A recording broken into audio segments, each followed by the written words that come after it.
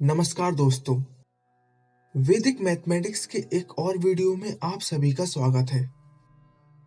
आप लोगों ने अक्सर ये देखा होगा कि कैलकुलेशन करते समय हम ये नहीं समझ पाते कि कौन सा नंबर किस नंबर से डिवाइड होगा। इसीलिए आज इस वीडियो में मैं आपको बताऊंगा 2 से लेकर 11 तक के सारे डिविजिबिलिटी रूल्स के बारे में, जिससे आपकी कैलकुलेशन स्पीड में काफी फर्क पड़ेगा। तो शुरुआत करते हैं नंबर 2 से। अगर हमें यह देखना है कि कोई नंबर 2 से डिविजिबल है या नहीं, तो हमें डिवाइड करने की कोई ज़रूरत नहीं है। हमें सिर्फ इतना चेक करना है कि उस नंबर के लास्ट में 0, 2, 4, 6 या फिर 8 आता है क्या। अगर इनमें से कोई भी डिजिट उस नंबर के लास्ट में आती है तो वो नंबर 2 से डिविजिबल होगा, और अगर नहीं आती है तो वो नंबर 2 से डिविजिबल नहीं होगा। अब हम बात करेंगे 3 के डिविजिबिलिटी रूल के बारे में। मान लीजिए हमें यह चेक करना है कि 2979 3 से डिविजिबल है या नहीं। तो हम क्या करेंगे, हम इस नंबर की सारी डिजिट्स को अलग अलग कर देंगे कुछ इस तरीके से, और इसके बाद उन्हें ऐड कर देंगे।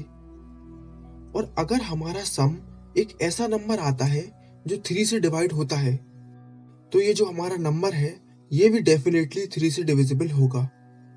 जैसे इस केस में हमारा आंसर 27 आया है, और 27 3 से डिविजिबल होता है, तो 2979 भी 3 से डेफिनेटली डिविजिबल होगा। अब बात करते हैं नंबर 4 की।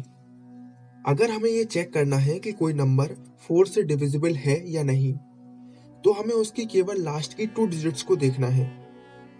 अगर उस नंबर की लास्ट की 2 डिजिट्स 4 से डिविजिबल होती हैं, तो वो नंबर भी 4 से डिविजिबल होगा। जैसे एग्जाम्पल के तौर पर 2648 को ले लेते हैं। इसकी लास्ट की 2 डिजिट्स है 48, और 48 तो 4 से डिविजिबल होता है, तो इसका मतलब 2648 भी 4 से डेफिनेटली डिविजिबल होगा। नंबर 5 का डिविजिबिलिटी रूल तो बेहद आसान है।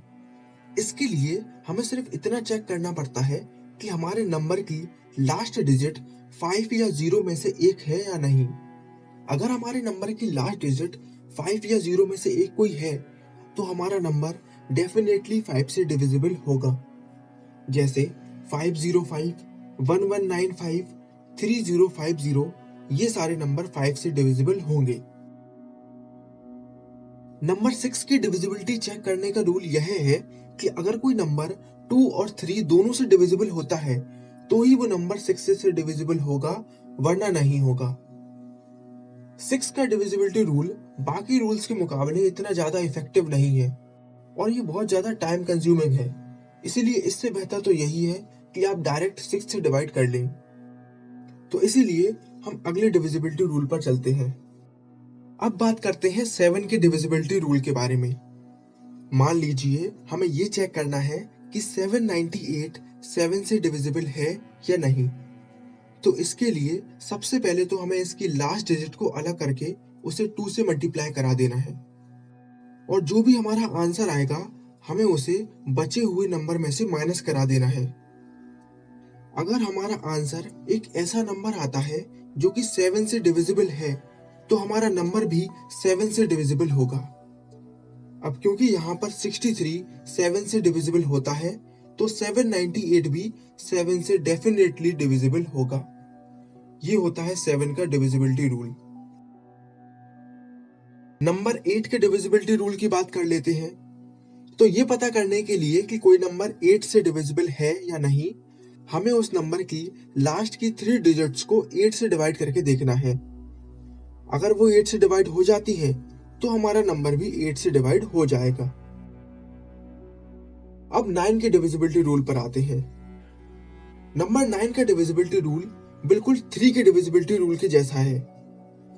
मान लीजिए हमें 837 के लिए चेक करना है, तो हम 837 की सारी डिजिट्स को अलग अलग करके लिख देंगे, और उसके बाद उनका सम निकाल देंगे, तो हमारा सम 18 आएगा। अब क्योंकि 18 जो है वो 9 से डिविजिबल होता है, तो इसीलिए 837 भी 9 से डिविजिबल होगा। 10 का डिविजिबिलिटी रूल तो आप सब जानते ही होंगे कि अगर किसी नंबर के लास्ट में 0 आता है तो ही वो नंबर 10 से डिविजिबल होगा, वरना नहीं होगा।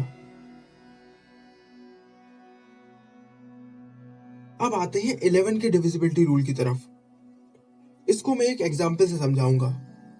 मान लीजिए हमें चेक करना है कि 4832718 11 से डिविजिबल है या नहीं।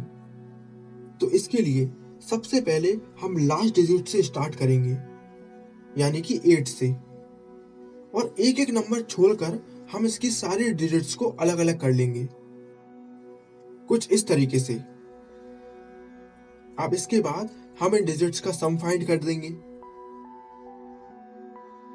और इसके बाद हम इनका डिफरेंस फाइंड करेंगे। अगर हमारा आंसर 0 या फिर 11 का मल्टीपल आता है तो हमारा नंबर 11 से डिविजिबल होगा, वरना नहीं होगा। तो ये थे सारे डिविजिबिलिटी रूल जिनका इस्तेमाल करके आप ये पता कर सकते हैं कि कौन सा नंबर किस नंबर से डिविजिबल होगा।